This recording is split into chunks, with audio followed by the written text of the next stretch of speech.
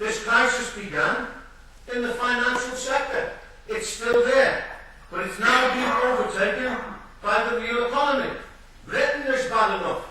How complacent the German capitalists were until very recently. This is an Anglo-Saxon crisis, they said. And there's more than a grain of truth in that. But Germany and German manufacturing industry is plunging much greater than Britain at the present time.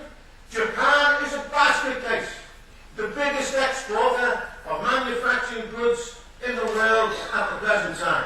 And the economies of Asia have turned to dust. I've mentioned China at the present time.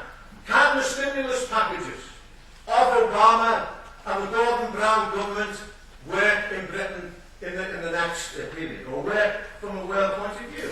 Well, worldwide, at this moment in time, those stimulus packages amount to something like 2% of the world GDP. It's not going to have a decisive effect, as I will explain. The figures in the US is a small percentage of GDP at the present time.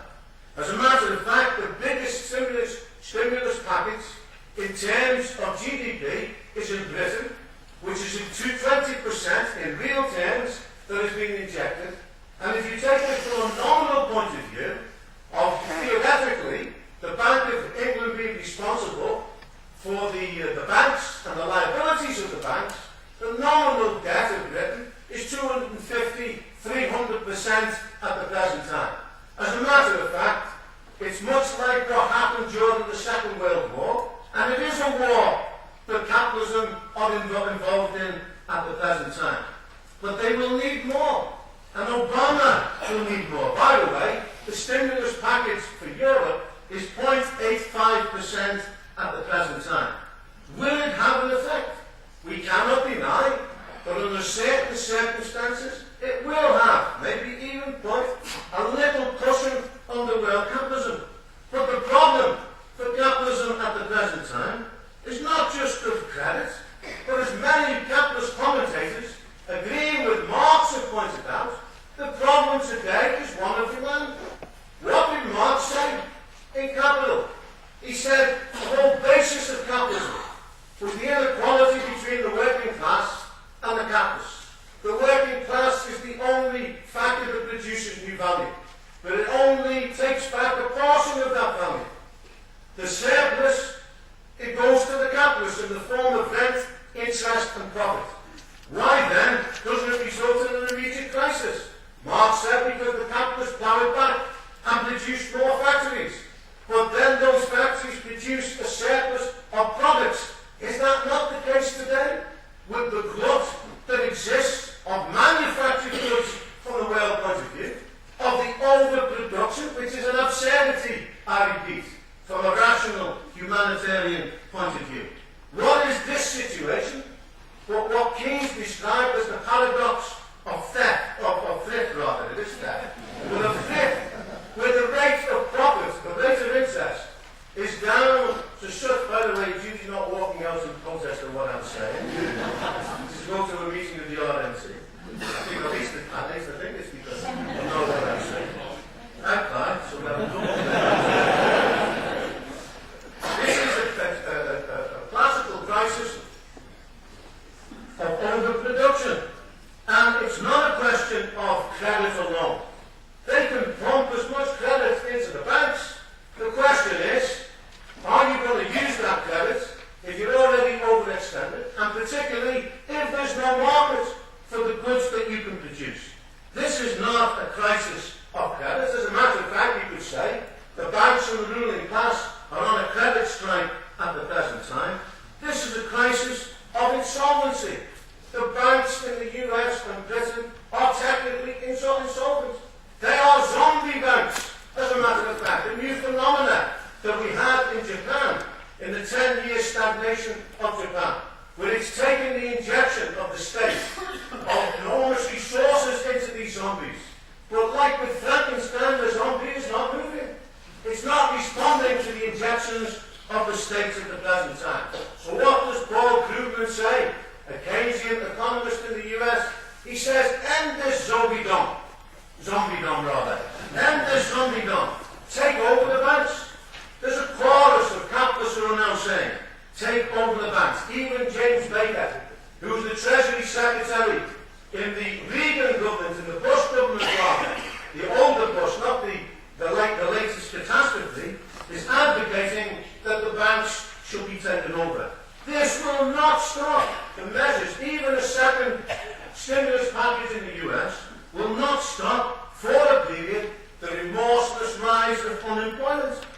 In 3 months, one after another, unemployment has risen by 300,000 in the US.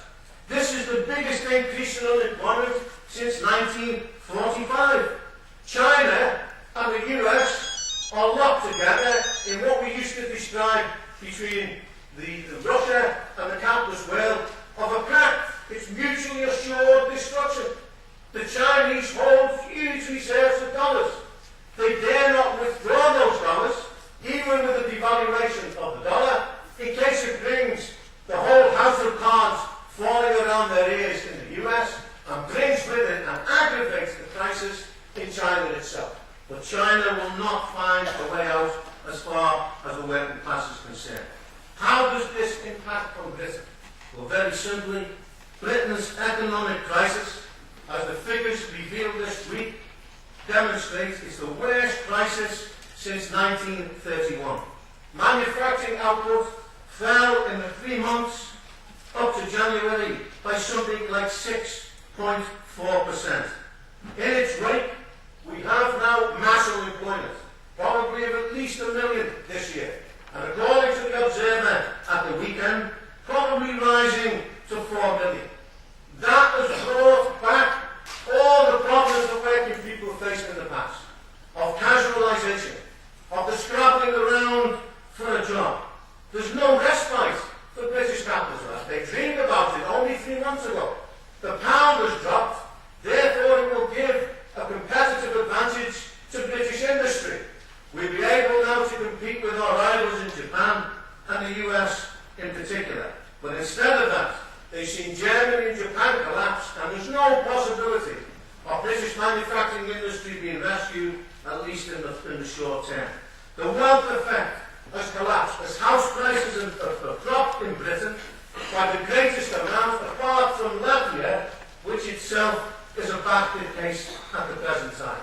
The idea that service industry could find a way out. How many times did we write in these documents, we even have mentioned it in here, that when British capitalists have opened the doors to the buying up of native industry in Britain, of domestic industry, they said, don't worry, this is part of a deregulated global world. They even used the term Wimbledonization. Just as everybody can come and play at Wimbledon, they don't mind everybody playing.